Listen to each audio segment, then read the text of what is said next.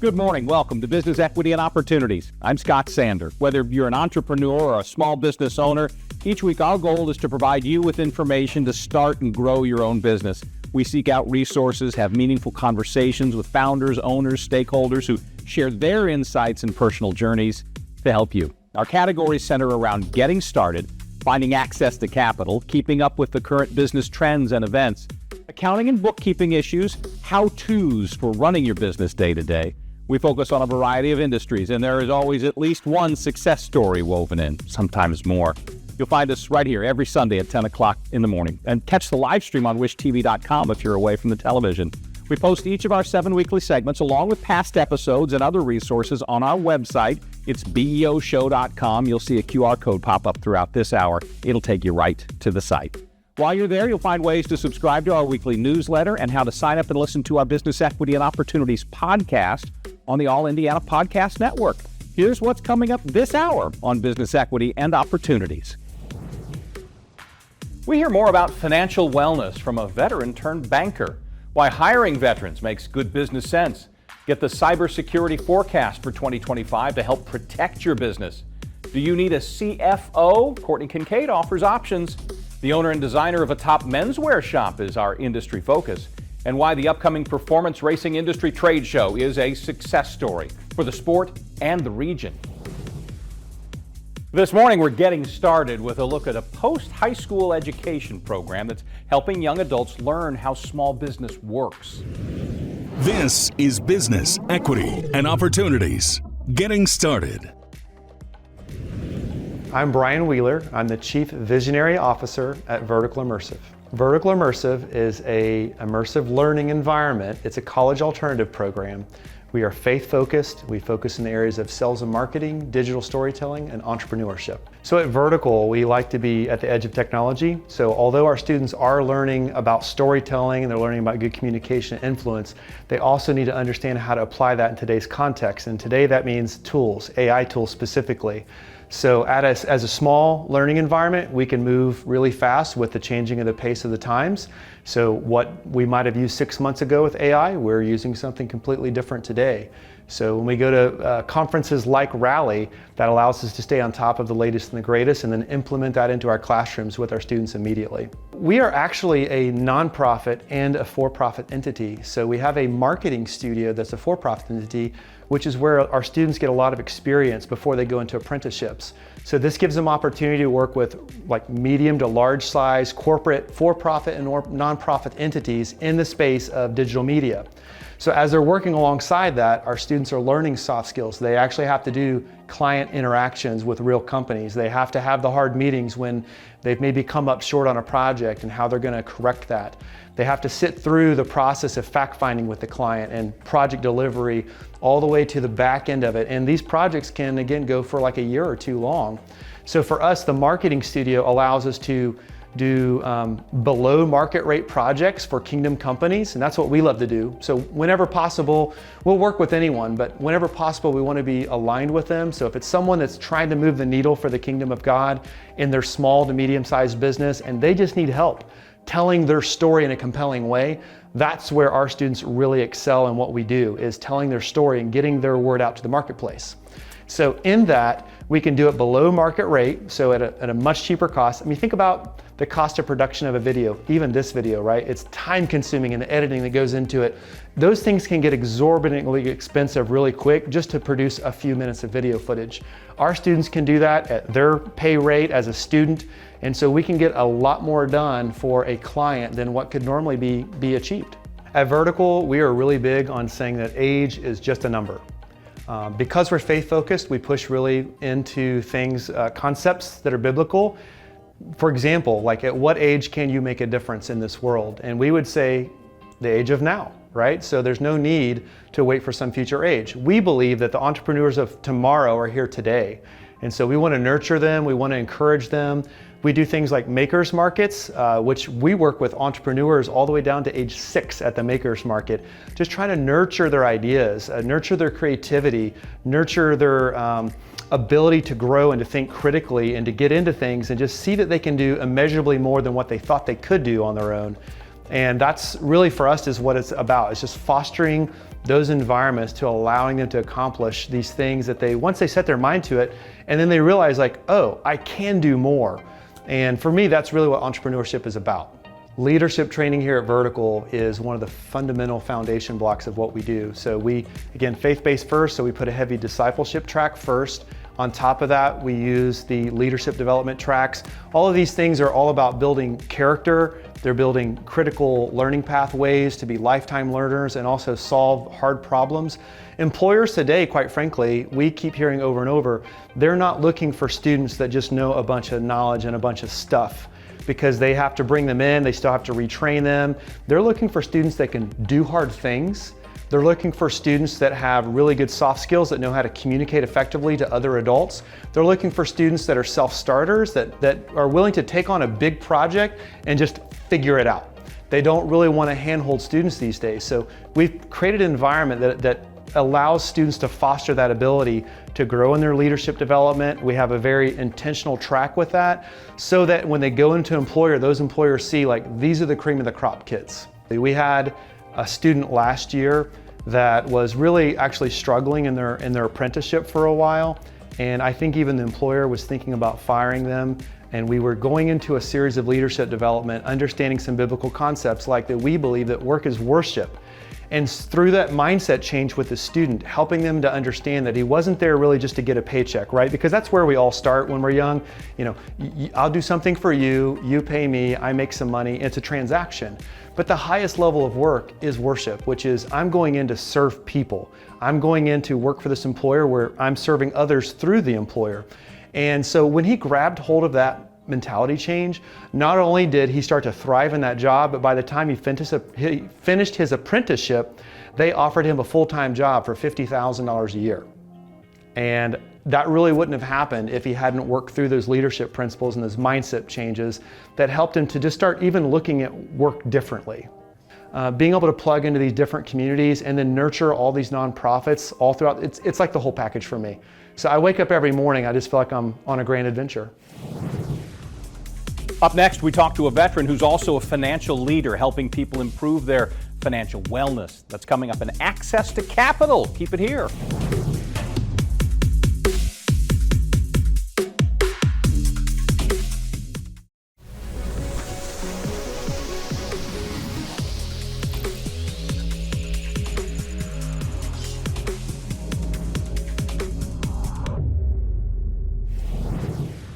Welcome again. This is Business Equity and Opportunities on a Sunday morning. I'm Scott Sander. U.S. Army veteran and First Merchants Bank executive Patrick Molex believes building community relationships is key to helping small business prosper. This is Business Equity and Opportunities. Access to Capital. My name is Patrick Molex. I am the market leader for the Ohio region. What that is, I manage 8 banking centers in the Ohio region. My background is I'm a veteran. Right after high school, I spent 5 years in the United States Army. After that, they gave me an opportunity to help me with my education.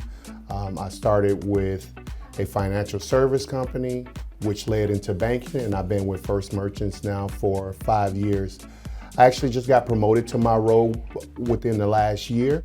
I come from the Lakeshore region, which is the Chicago area, and now I got the opportunity to work with an awesome team out in the Ohio region. So it's being within the community. I think that's a big part of what First Merchants bring as an organization, is being there in the community and building relationships. If there's one thing that I say that I do is build relationships, and that's one thing that we kind of coach to our team members, is building relationships within the community, being there for the community, helping you prosper, helping the community prosper. Absolutely. I mean, credit is an important factor for you as a consumer and for any business to grow. Credit is the way of life. And one of the things that, again, I value with First Merchants is, you know, when we have a client who come in who apply for a loan and they're not able to get that loan at that time, what we recommend is, you know, we advise them of the different websites that they're able to go to. By law, the credit bureaus are required to give us one free credit report. So we advise them of that credit report opportunity.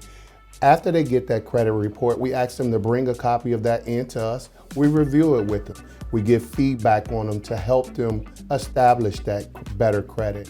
And I've had different scenarios where I've been able to help clients who had a not particularly favorable credit score to be at a high level credit score where they don't pay that premium for having that negative credit score. I am not going to say, hey, that's it, sorry, we can't service you. Now you have a banker. And when I work with our clients, I let them know I'm your banker. Whatever financial need or financial goals that you're looking to achieve, I'm your banker, I'm your guy. And I think I call it life events. Everyone goes through life events, whether it's you're getting married, you're getting a divorce, you're having a child, you lose a family member. Like those are all different life events where people don't realize that a banker plays a vital part to assist you through that process. And just as a client who has negative credit at that time, I'm your banker, I'm gonna help you get across the finish line to help you achieve whatever goal that it is that you're looking to do. As a financial advisor myself now and learning myself, it's absolutely essential that you get a financial review. Every year we should look to do a financial review. What can we save money on? What can help us grow? As the market is changing right now with lending rates and with deposit rates, how can I make more money? How can I help my money make me money? Essentially, it's what I would look to do and what I would advise anyone, do a financial review. So I've been there. I come from a family of 12. My mom and dad has 12 kids, and I come from a community where it was a struggle. And being able to come from that community and then have an opportunity to grow, I think that I get most satisfaction to be able to help somebody else grow from that as well. So I love First Merchant's motto or tagline of helping you prosper, because everyone needs help sometime. And certainly I wish I had, as a younger Patrick, someone to be able to help me and help me with my financial literacy, to give me that feedback and advice. And now I'm in a position where I'm able to help someone else, give them that financial guidance and feedback to help them achieve what they're looking to achieve. Coming up, why hiring veterans can be good business. We talk to a veteran whose own business success proves the point. She shares her journey next on Business Equity and Opportunity.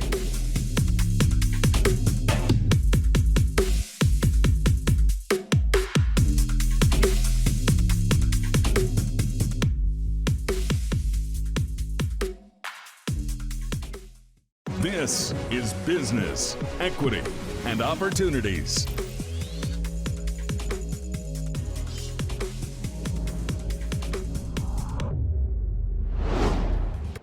Time on Business Equity and Opportunities, where we look at the week in business. Andrea Sloan is a veteran of the U.S. Army Reserve. She's also the president and owner of GroundBreakers, considered one of Indiana's fastest growing companies and an active supporter of vets. This is Business, Equity, and Opportunities. This Week in Business. Hi, I'm Andrea Sloan, and today we are sitting on a I-69 work site, and happy to be here with my crew. As you know, we are a complete utility management company. We focus on hydrovac excavation, line jetting, CCTV pipe inspection, and private locating. Yeah, I definitely took a different path, but probably most business owners have. I actually come from a previous business where I always say I failed forward into the opportunity to own GroundBreakers. I was previously working at the Department of Veteran Affairs, help supporting veterans in getting into different jobs within the state of Indiana, and saw an opportunity to work with GroundBreakers and an opportunity to purchase it. I was a 51% owner, and I was looking for capital to take over 100%, and went to many banks. And the story I heard over and over again is we need you to be seasoned a little more. Being seasoned means a little more experience, and I was lots of doors shut in my face until I got one yes, and now I have lots of banks, knocking on my door to, hey, can we give you money? And now I'm saying to them, like, wait, where were you when I needed you? And they weren't there. And so, yeah, I always feel like it's a pretty woman moment when I'm like, oh, you work on commission, right? Yeah, so big mistake. I myself am an Army veteran, and I just, as a business owner, I know how much value I got out of the military and what it's brought to my life, and created my sense of just grit and perseverance and integrity, and I see that as an integral part of employees and bringing that to a company. And we're proud to have 10% of our workforce as veterans, and because of what they can bring as an employee to a group. Yeah, so in my past life, I worked with the Department of Veteran Affairs, and I was that person to help companies not only understand why and how to hire a veteran, but also veterans to help them understand, like, why after 20 years of service, they're just more than, hey, I was an infantryman, and how those skill sets relate to the workforce. And I mean, like I said, I would, nothing against the civilians, but I would hire a veteran hands down first, because of what the experiences they have in leadership, or how to think on their feet. Yeah, so we started with 9 trucks, and today we have 40 hydros. We have 2 jetting trucks, 2 CCTV trucks, and 3 private locating trucks. And it's still, sometimes I have to pinch myself, right? It's been quite a journey, and it's always not been, sunshine and rainbows, but that's kind of where that military grit kind of kicks in. And sometimes when you're down, you just got to pull yourself up from the bootstraps and get the job done. So, and that's kind of the mantra of the military, and what I've taken and I think has helped me provide in my success. And not only that, but just really, when you're in the military, you're a brotherhood and sisterhood. And that's something I really try to provide at GroundBreakers, is create a culture of that same thing. I want everybody to feel like they're an integral part of the growth of GroundBreakers. It's just not me, it's us as a team. So we're here in Indiana, but we also just started an office in Ohio this last year. And my next step is Midwest domination. Am I looking at globally? No. Although, the famous quote around our office is, we'll go as far as your money will take us. So if Europe wants us, we'll come, we'll put one of these things on a big jet and take it over there. But I'm excited. We are totally a growth company, and I'm excited for what's yet to come. With the political environment that we're in now, people, of course, I'm a business owner, people ask me all the time, where my thoughts lie. And of course, everybody has their political opinions, but really what I concentrate on, and I tell people, and that helps me get up in bed and warms my heart, as you would say, is I provide 67 families with a good quality life and a great job that they want to come to every day. And that's what I try to provide. And that's, I think, the value of a small business owner is, we're providing not only to our into the state that we live in, but just the lives that we benefit every day. Yeah, the biggest thing is just 1, 2, 3, do, jump. I think there's probably a lot of women out there in the same position, have a lot of great ideas, whether it's in construction or not in construction, is just take that leap of faith. And yeah, you're gonna have to have a little grit to get you through.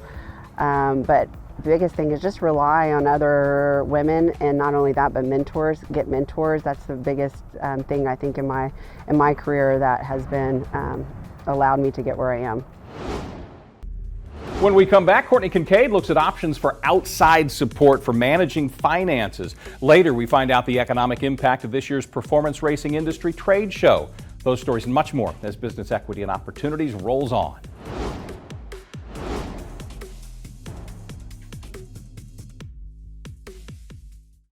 This is Business, Equity, and Opportunities.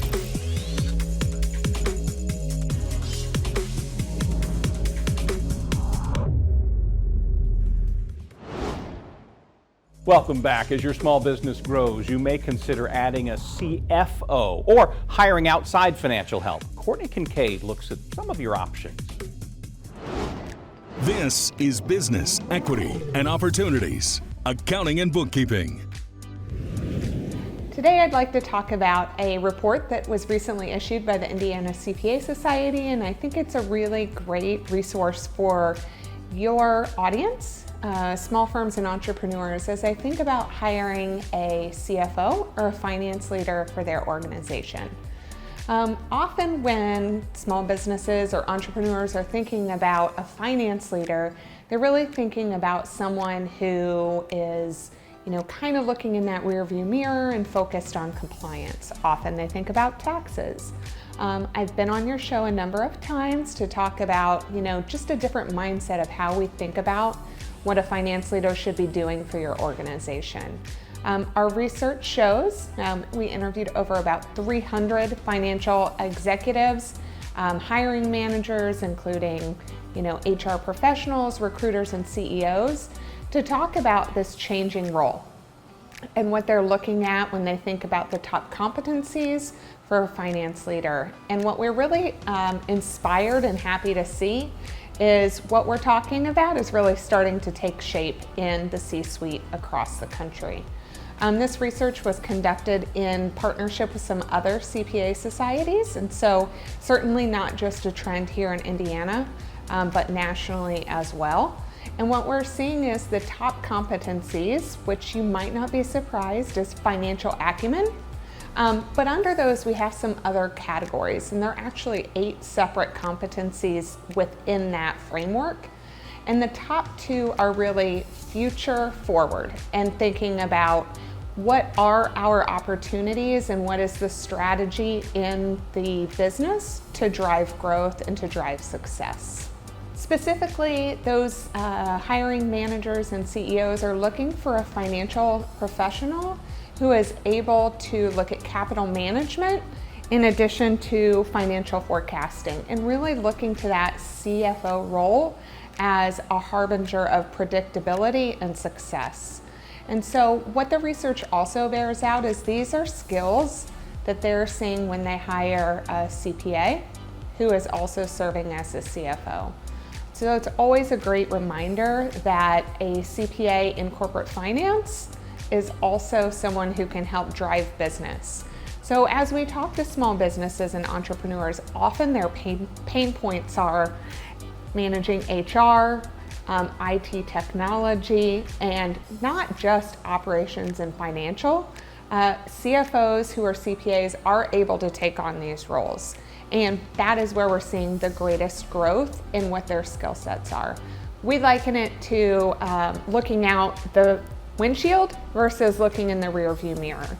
And so as you're looking to hire someone who can help you with some of these growth areas, broadening your mindset to think about, are there other functions that we could kind of double up on? A CFO can help me both with my financial predictability as well as managing those people issues and those critical HR and technology issues.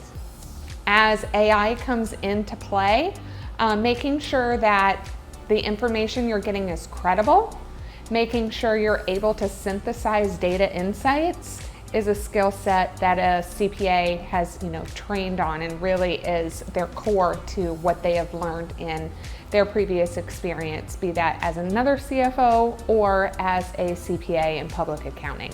Yeah, so just putting it all together, when you are hiring for the role of CFO, suggest considering a CPA and making sure that as you look at that job description, you are having a forward-looking mindset. A CFO should be able to have meaningful conversations with leaders and lenders. They should be able to, again, look at those data points and drive insight. And they should be able to develop a corporate strategy that aligns with your overall organizational strategy that drives financial success. The last question people often have is, where do I find someone with these skill sets? And one place you might look at is the Indiana CPA Society. We have a job board. And so we have over 6,000 CPA members, and a large majority of them are working in corporate finance. If you are looking to hire someone with these skill sets, think about advertising on our job board. Up next, see the cybersecurity forecast for the year ahead from a threat intelligence expert. Includes important information for protecting your business. That's coming up on Business Equity and Opportunities.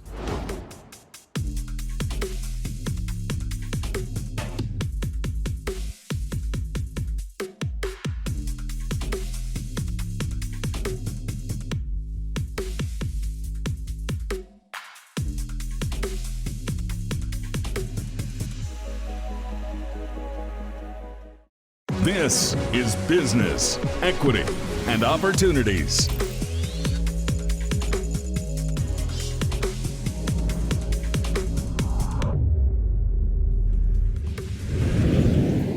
This is Business, Equity, and Opportunities, running your business day to day. Welcome back to Business Equity and Opportunities. One thing we've said time and time again over the years is, as a small business owner, sometimes you have to be a master of many different fields, or turn to those who can help you master something in the moment. Charles Carmakal knows all about it. He is with Google Cloud, specifically the CTO, Chief Technology Officer of Mandiant Consulting. Thank you for spending time with us today. This is both an exciting and somewhat intimidating field for a lot of people who are watching us right now. Broadly, what do you want us to know about the state of cybersecurity? There's a forecast, I understand, for the year ahead. That's right. Yeah. So what we do at Google is we take a look at the top cyber threats that we've observed over the past 12 months. And that'll help us anticipate what we could expect to see in 2025. And when I break down maybe the top three broadest categories of threats that we anticipate seeing next year are, number one, we will continue to see financially motivated criminals targeting organizations in the United States, irrespective of size, to try to disrupt their business operations through ransomware, steal data from them, and essentially extort them for usually millions of dollars or tens of millions of dollars. The second thing that we anticipate seeing more of next year is, as geopolitical tensions continue to increase between the United States and other countries, we could expect to see targeted attacks from a number of nation-state adversaries against organizations in the United States. And a lot of times small businesses are unfortunately, they're just caught up in the crossfire. And the third thing that we anticipate seeing is, with the introduction for any new technology, there's always going to be malicious adversaries that will attempt to abuse the new technology. And the new technology that everybody's really trying to understand right now is the use of artificial intelligence. And so artificial intelligence has really been helping defenders, but it's also helping adversaries create fake videos, create synthetic voices, and try to trick people into believing something's true when it's not actually true. But the good news is there are more better uses for defenders from an AI perspective than there is for adversaries. Given that, as you mentioned, sort of the business owner may be an innocent bystander in that second of the three, let's drill down a little bit on the first and the third. This idea of ransomware, it's been around for a bit. What's particularly chilling, at least in those that we've covered, is that if that is successful, that initial attempt to grab the system, it's extremely hard to do anything but pay that ransom. Has that changed at all? Is there a way to protect yourself against that? Because it's an awfully intimidating eventuality.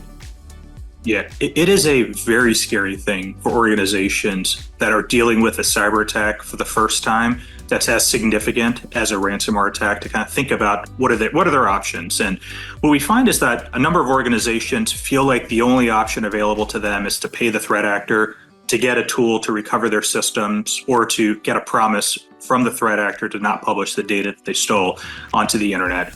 But organizations in the United States are getting better over time. People are getting better at backing up their systems and their data. They're getting better at deploying more advanced security technologies.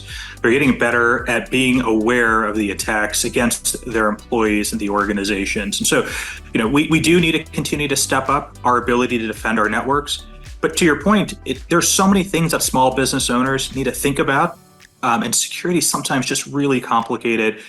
So it's always important to have a set of advisors to help you think about the most effective and pragmatic ways to defend your environments. The third item that you brought up, this idea of the abuse of technology and artificial intelligence specifically, from what I understand, there's a flip side to this as well, that AI may in fact be a great tool for catching cyber threats. Absolutely. I mean, at Google, we've been leveraging AI for so many years to help us identify scams, attacks, intrusions against organizations.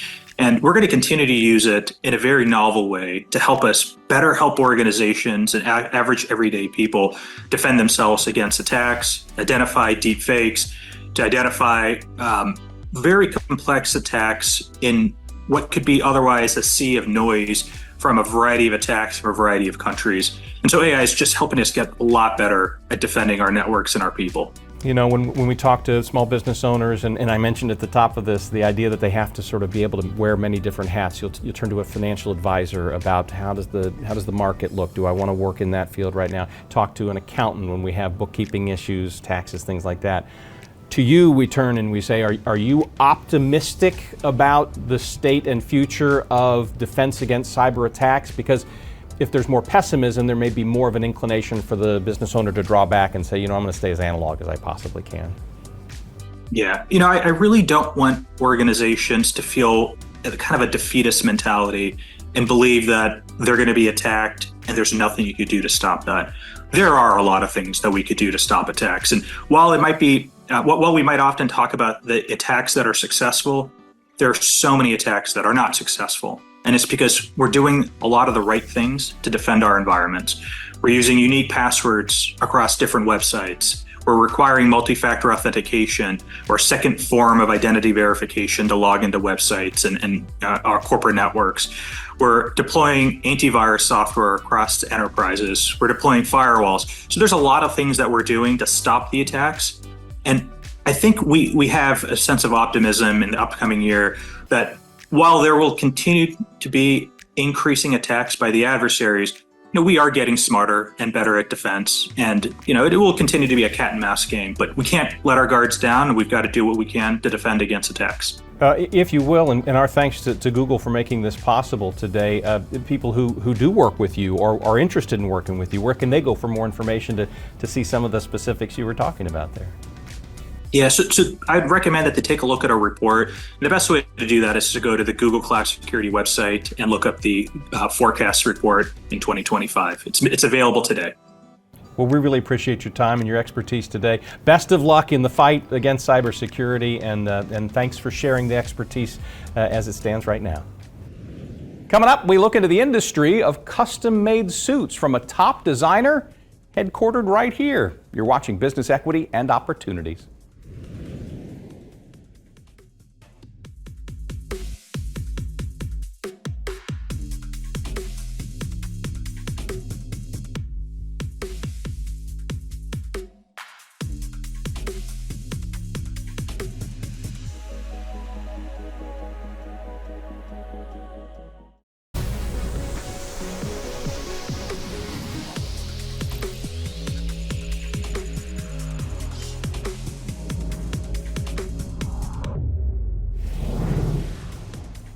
Welcome back to Business Equity and Opportunities. Ben Diallo is the owner and designer of J. Benzal, where he creates high-end custom-made suits and accessories. Grew up in West Africa, studied textiles in Morocco, attended Butler University, then studied fashion in New York. His success, though, came when he returned to Indiana. This is Business Equity and Opportunities. Industry Focus. Well, welcome. My name is Ben Diallo. I'm the owner and designer of J. Benzal Menswear. We are a local brand here in Indianapolis, focused on menswear. We specialize in Italian suiting, anything from suit to casual wear. We are, like I said, we are a local brand, so I design everything here and then go to Italy, pick the fabrics and have the suit made there and then bring them back here. And so, but we are based here in Indianapolis. Yeah, definitely we are one of the only stores that does menswear in Indianapolis, and then we are a one-stop shop. We do anything from suit to casual wear to shoes, polos and chinos and everything a man need. This is a one-stop shop. Like I say, I went to school here, and then while I was going to school, I couldn't find any place where I like to shop. So I always loved fashion, and then moved to New York. I was in the fashion industry there for 5 years. And then when my wife decided for us to move back to Indy, I knew what I wanted to do. I knew I wanted to bring menswear in Indy, and then that's what led me to opening the stores and then creating my own brand to make sure that there's a nice place where men can come and get style advice and then tip and then buy their stuff where they're gonna look up to date with the trend, and then make sure that they look good when they're wearing their suits. There've been several challenges. Definitely just launching a business just right at the recession in 2008, and so with that also with the clientele that we have in Indianapolis here, with my first collection, we have a lot of trendy and bright colors. And then I got to learn that we have to mix it up with traditional clothing and tone down the colors. And then but we still have some fun colors here with each collection, but we focus more on what the customer here in Indy need in terms of suiting and accessories. The most important thing about the suit is first, you have the fabric, picking up the fabric, the nice wool fabric, but also the fit. So the fit is very important to us. So that's why we have an in-house tailor that does all the alteration, which are complimentary. So if somebody buy a suit from me, we want to make sure that the suit fit them nicely. So we do complimentary alteration. There's a big difference when you're wearing a suit and then your sleeves are just even a half inch longer. That will mess up the whole overall look of the suit on the person. So we do complimentary alteration, make sure the suit fits you nicely, but on top of that, we put the top fabrics to make our suit with. So we do all type of body shape. So if you're slim and tall, we dress some of the NFL and NBA players. We do the race car drivers. So if you're big and small, we cater to everybody, all type of bodies. We have a line of custom made where you can come in, pick your own fabric, and then we'll help you design a suit, and then we'll do that from scratch. So the menswear, I like to travel a lot, and then that's usually how I keep up with the trend on what's going on in menswear. So I go to Europe a lot. I love New York City, and but in menswear, usually the trends vary. You can see a change in the suiting every 5 years or so. That might be maybe the lapel change or the fit itself. So we usually keep up a lot on that trend. So we focus, and then all that trend usually definitely come from Europe, and then especially in the suiting industry, in Italy, Paris, and all those places. So like I said, we've been open since 2009. So we've been in Indy for a while. So we have a store at the Fashion Mall right now, and then we also actually expanding to next door. We just bought a building next door where we're gonna move the store, so that will be our permanent headquarters for the brand. And we're excited about that, and then we wanna explore maybe also doing wholesale, and then expand the brand to different cities and see how we can make sure we are a national brand.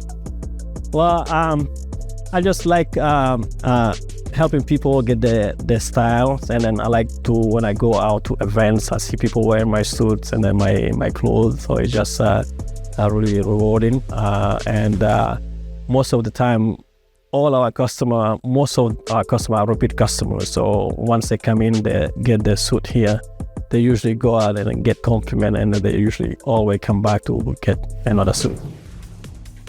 If you'd like more about this or any of our industry-focused segments, visit our website. It's beoshow.com.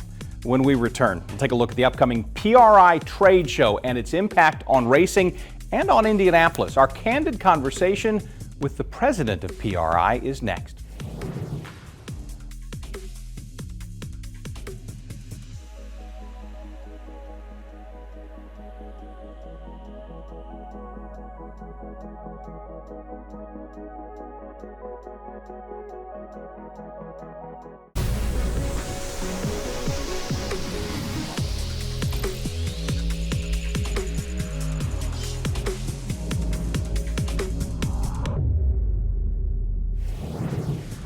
Welcome again. The hour is winding down, but our favorite segment usually is the success story. The performance racing industry, better known as PRI, has held its business-to-business trade show in Indianapolis for the past 18 years. No surprise then that it's now headquartered on Main Street in Speedway. The PRI trade show is considered the world's largest gathering of motorsports professionals, and it brings a sizable economic impact to Indianapolis.